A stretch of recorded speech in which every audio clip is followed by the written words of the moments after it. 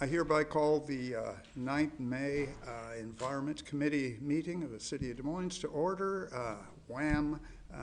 First order of business is approval of the minutes from our last meeting, April the 11th. Do I have a motion? I move to approve the minutes from April 11th.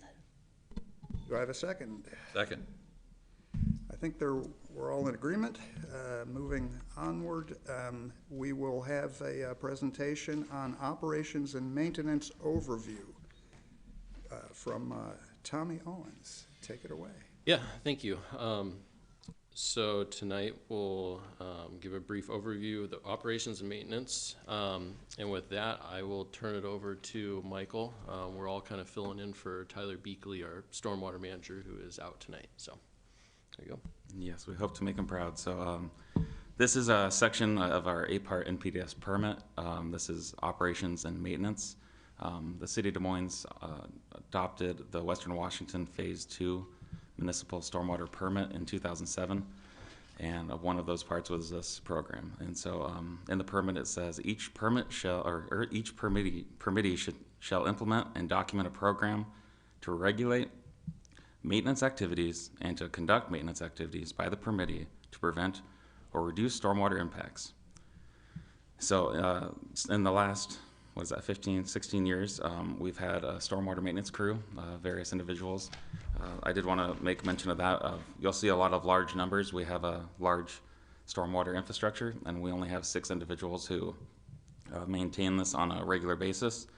Often, as you know in our name, stormwater, it's wet, so they're out there getting drenched. We have a lead, a specialist, and 4 crew members, so I wanted to give them a little credit before going into this. And starting in, we have asset management and tracking. We use 2 programs for that. One is ArcGIS, which is something that our stormwater technicians have put together over around 14 years, mapping all known stormwater facilities and ones that we periodically find. And this is integrated with a program called CityWorks, where our crew actively schedules inspections. If an inspection fails, they'll create a work order, and then we go from there for just maintaining all the assets. And one such inspection is our public stormwater facility inspections. This includes, and I won't go through this whole list, but wetlands, trenches, detention tanks, ponds. And just to give an example, I printed out one of our inspection templates just to see how detailed they actually get into it. Some obvious ones: trash and debris, noxious weeds, and any contamination they might see. But then they also inspect for rodent holes that might destroy the integrity of the ponds themselves, any erosions, and then sediment buildup in the inlet or outlet of the pipes. We have, to date, 241 total facilities. And for reference, last year of these 241, we had 21 fail. So that was for one of those various inspection types or reasons there. And these are inspected annually. They're typically done towards the end of the year, and we're given the next year. So we're in that period right now to get those into compliance. And very similar to our public stormwater facility inspections, we have private inspections, which we are responsible for doing for businesses that have water quality features. We currently have 18 businesses who have such items like an oil water separator, control structures, detention ponds, and detention vaults. And for reference, last year of those 18 businesses, we had 3 that had facilities that failed, 1 at each business.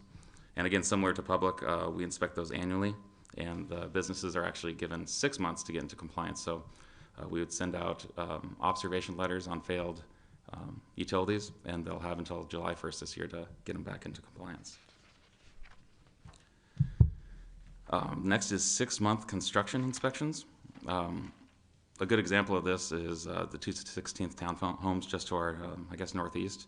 These are stormwater assets within active subdivisions, which 216th Townhomes is. We inspect those twice a year. We did it in January, and then again, we're going to do it on July 7th of this year. And they have a pond, a control structure, bioretention structure, and around, I believe, 12 catch basins. So our crew will head out there in July and inspect those. We typically don't have any failures because again, this is new infrastructure. But typically, if they were to fail, it would be due to sediment. So very easy cleaning. And the big one for us is catch basins. As you can see there, we have 5,068 total public catch basins. We are only responsible for inspecting 20% of our catch basins per year.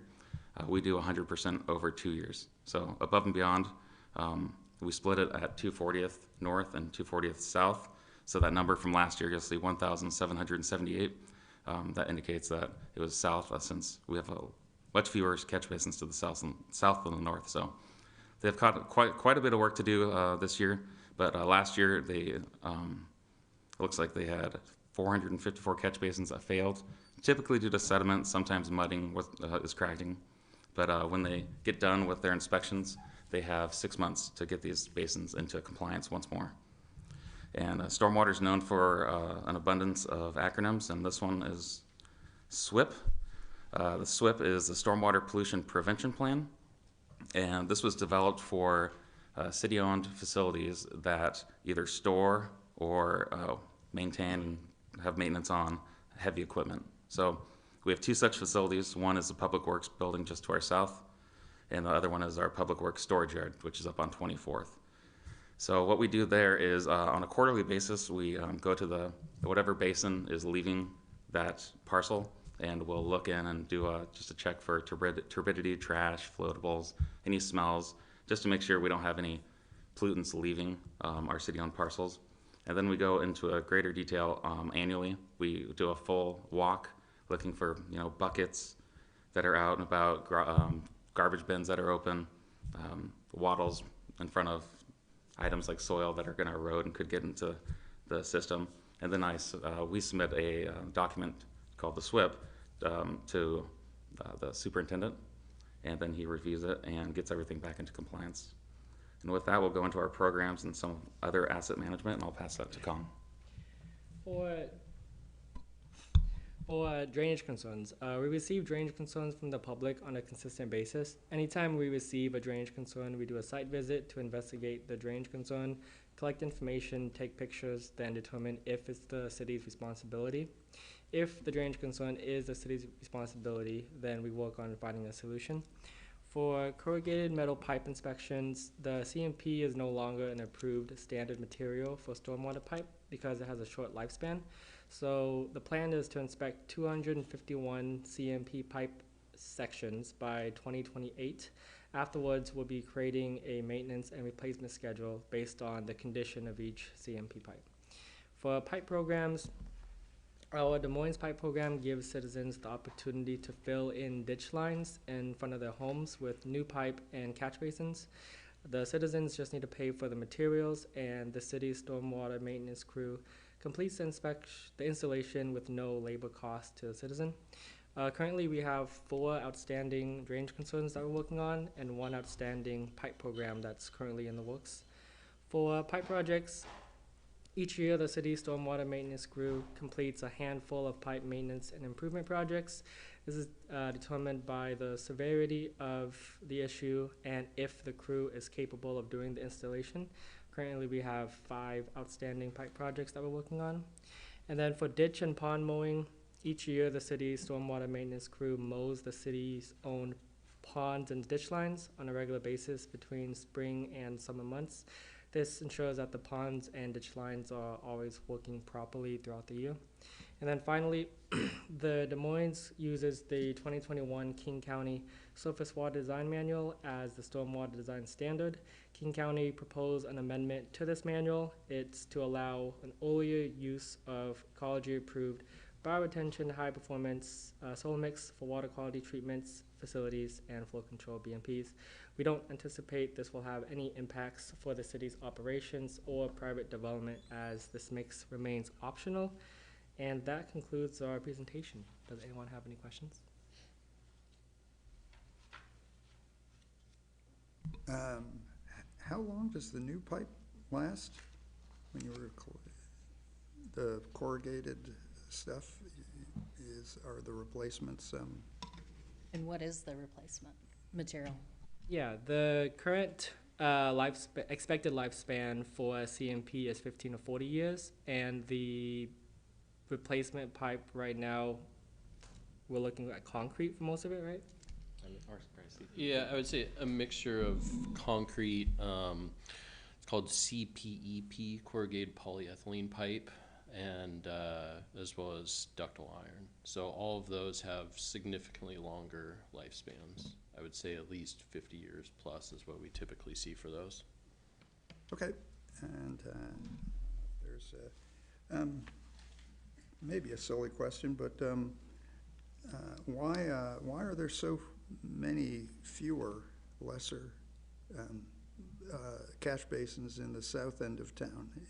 What's the metric for placing? The metric is 2/40th, and the reason why. No, I mean, is it based on just, housing density or? Oh, right. Well, one of the reasons why we use 2/40th, and maybe this will answer your question, is at least this is what I've been told, is it's the only street that goes perfectly east-west in Des Moines. And so it's just a smaller section of Des Moines to the south of 2/40th, and mostly all residential development, which is prone to have more catch basins to the north. Okay, so it's just like a smaller geographic area as. Yeah, it's a matter of convenience, I suppose, with the line. Like a lower density of, no, I was just, just that somehow code had changed over the years and one area had a, requirement for fewer catch basins than, I don't know, but that's not the case. It's No. just a layer. Okay, that's it. With regard to the pipe program, how is the public being notified that citizens have the opportunity to take advantage of it? So it's posted on our website for the city of Des Moines, and there's just a link on there that explains information on the program, and then there's contact information on who to contact to get the project started. But I don't think we have any I don't think currently we send out any public notices or anything like that. How many people are taking advantage of it? I think right now, currently we have one that we're working on. I think we have maybe one every month or two that we do. So it is pretty consistent. And I think our crew usually does probably one project every 1 or 2 months, I would say, on average. So do we have any idea, if we did have an outreach program, do we have any idea how many people might take advantage of it? That I don't know. Do you have an answer? No, I don't know on that one. Yeah. I think it's all going to be cost dependent, especially with inflation, since the citizens are still having to pay for all the cost of materials. I can't confirm this, but I'd imagine it just slows down as costs go higher.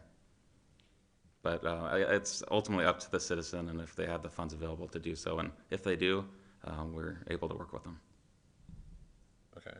I'm just wondering if, if it was, there was greater outreach, that more people might take advantage of it.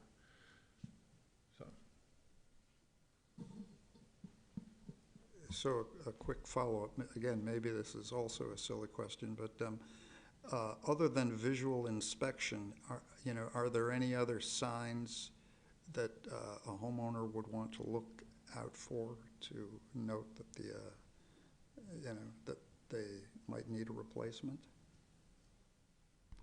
A big one we find is just sediment buildup. We get a lot of citizens calling in, wanting us to come and inspect their private storm systems, which we do as a courtesy call. And we find a lot of flooding, like especially we'll have French drains, like driveway French drains. They'll just have a bunch of sediment buildup, and then they have to contract out someone to come and clean their dry well, or they can do it themselves, but it's a little laborious. But as far as that goes, it's all pretty much visual from that standpoint as far as private inspections go, since we can't go too deep into their private household. Okay, all right, so if they see something, yeah, okay, thank you.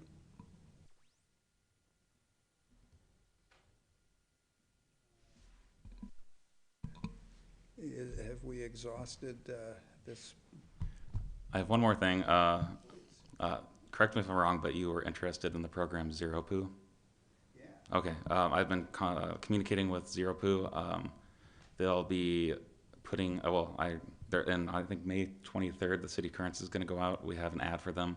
We're working on potentially doing some events in local parks. We're identifying areas in Des Moines where there might be poo problems. We're trying to get more involved per your request.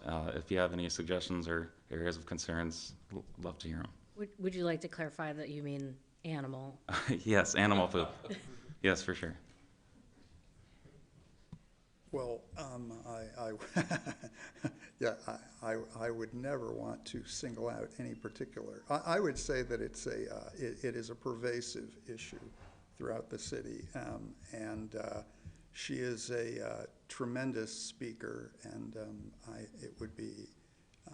think it would be a great thing if she were willing to come and give a short talk, and because she can just, in 5 minutes, make it clear that this is a big deal, and they have these tests now where they can basically get it down to the actual catch basin, where the source is coming from, and is it a septic system, is it an animal, what the problems are, and she's just really good at making that pitch. So this is very good to hear. Thank you, sir.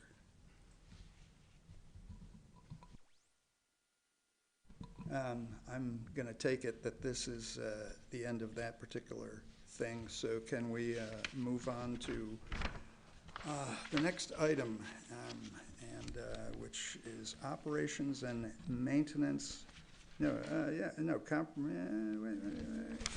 Because I can't see. Comprehensive plan update. Operations and maintenance. Do we need to talk about the comprehensive plan update memo? Or is it just self-evident from reading the notes from Mr. Borky? Yeah, so this was just really provided as an informational item, but we do have our community development staff here in case you have any questions.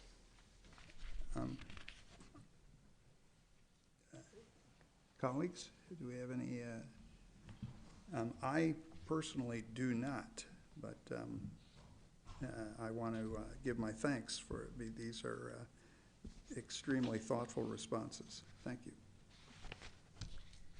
Just maybe if you could provide just a quick summary of what the memo is, and I know it's a follow-up to the April, just for other folks who are listening and who may have not read these documents.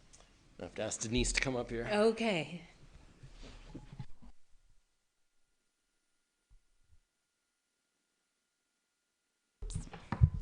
Good evening, everyone. Denise Lathrop, Community Development Director. So the purpose of this memo was more that the committee had a number of questions at their last meeting, and because we are posting this information for community consumption as part of our comprehensive plan public outreach, we wanted to be responsive to both the committee and help the community understand where we're going. At this point, we don't have any new updates to the conservation and environment element. However, there may be a need to bring forward some policy items that relate to some work that Surface Water Management is currently having. Parametrics is going to be looking at our tree regulations and that, and so if they come forward with some recommendations, then we would figure out where that would fit in the comp plan, the conservation and environment element, and bring that to the committee at that time. Questions? Comments? Thank you, Denise. I guess my two things while I got you, that's like my favorite thing to say of all time. Regarding the trees, yes, it would be wonderful, given that the Port of Seattle has sort of handed over to us compliance on the Des Moines Creek Business Park. It would be wonderful to know that we were going to be diligent, and they've had these lovely renderings about how nice it's gonna be, and, but a rendering is not the thing, so, and I guess the other thing is, I didn't really have any questions because, you are working on the housing, the middle housing and you know, that kind of thing, and, you know, I'm sure all the different committees, it'll all come together at the same time, you know, so, we're all just waiting on bated breath. Yeah, and I think because of the way, I mean, most cities have planning commissions, but our council committees really function well, like the sounding board before things are taken to the full council, because it allows for communication and back and forth conversation and Q&A on different items. And so the plan would be that once we have gotten all of the elements through the various committees, then it will be packaged up as a red line document for public review, and we usually do a SEPA checklist on it and that. And so then the council will be able to see the entire document and review it again, and obviously there's going to be a public hearing, so there'll be more bites at the apple. But our hope, just because we're on a very tight timeline, is that we can utilize the committees and get the detailed kind of inputs through this process, and then it'll be just minor tweaking when it comes to the full council. Yeah, I just, you know, how do I put this? I mean, we know how to do standardized, like, neighborhood things, like, you know, 5 units and a storm line and so on. And the thing with the townhomes is that that's sort of a first step in a different direction. And I'm always struck by how the matrix in the zoning, I mean, is pretty staggering. And you create more options for ADUs and these other options, and then it just it basically, the list of compliance things. So I guess what I'm saying is, I mean, we've all heard from the community, they want more options as far as, but if there's something we can do to make it easier for you to provide those options and not drive building officials banana pants, I mean, with 1,000. Yeah, that is the middle housing and the ADU piece we're sort of going to be doing in tandem, and Laura and her team will be bringing that forward. And because we have a separate grant for that, there'll be some outreach, and then that will ultimately feed into the housing element of the comp plan. But yeah, there's just the lateness of when that came through and how it integrates into the comprehensive plan. I could see down the road. I mean, we'll do our best to meet all the deadlines, but obviously there may be adjustments down the road. You know, I know. I'm just anything that we can do to help. Because I hear over and over again that people, their eyes light up and they're like, ooh, I can build this ADU for, you know, a couple $100,000, and then they find out that essentially all of the other stuff to get on the grid, you know, more than doubles the cost, and they feel disappointed, I think would be. So anything that can be done to make that easier is just. Yeah, and I'll make sure that the team listens to this meeting, because I think it's good input for when they're going to be looking at the middle housing pieces. So you'll definitely hear more. In other words, it can't be the case that you develop your, you know, little cottage of your dreams, and then you find out you have to have the same grid requirements as the, you know, $800,000, you know, home.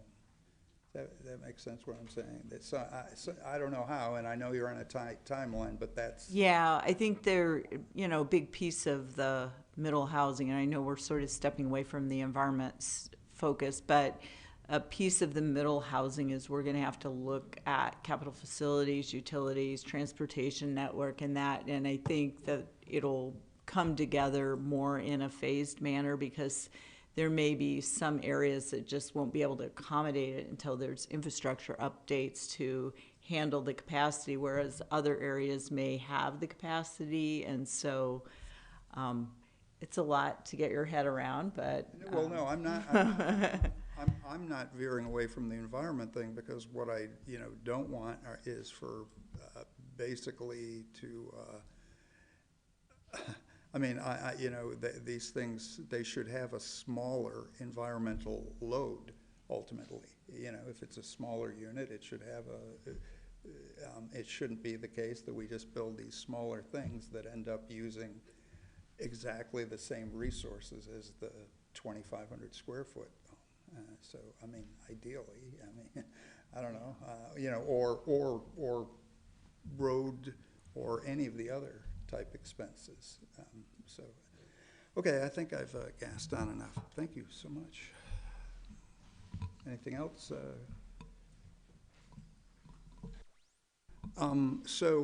Is there anything else from the city today? Okay, great. Then I guess, if you guys want to go off and, enjoy the weather. I had an item I wanted to talk to the committee about, and if we have a minute, if there's anybody from the public who wants to make a comment, that's great. Colleagues, I wanted to find out if we'd be interested in inviting our START members to attend the next meeting. The START, our community engagement with the airport, frankly, they come in every year or two, and it's like they're reinventing the wheel. And I think it would be lovely if we all kind of could talk for a few minutes and come up with some kind of ideas about what the public wants and where we want to take this discussion into the fall with the SAMP and our engagement with the airport. What thinkest thou? Councilmember Grace Matsui.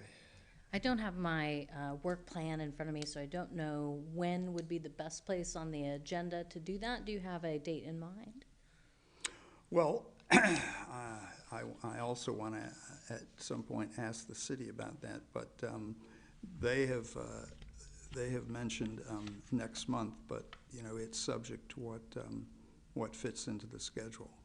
I've made it clear that I don't want to impede the work of the staff, but apart from scheduling, I just wanted to make sure that this was something that the both of you had interest in.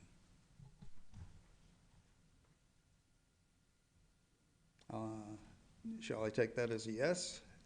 And yourself? It's a yes for me, yes. Very good. Okay, great. Then are there any members of the public that have anything to say at this point in time? Yeah. Okay, then that being said, I think we have reached the end of our business, and I will ask for a motion to adjourn the meeting. I move to adjourn the meeting. Okay. Then this meeting is over, according to the hands. Thank you so much.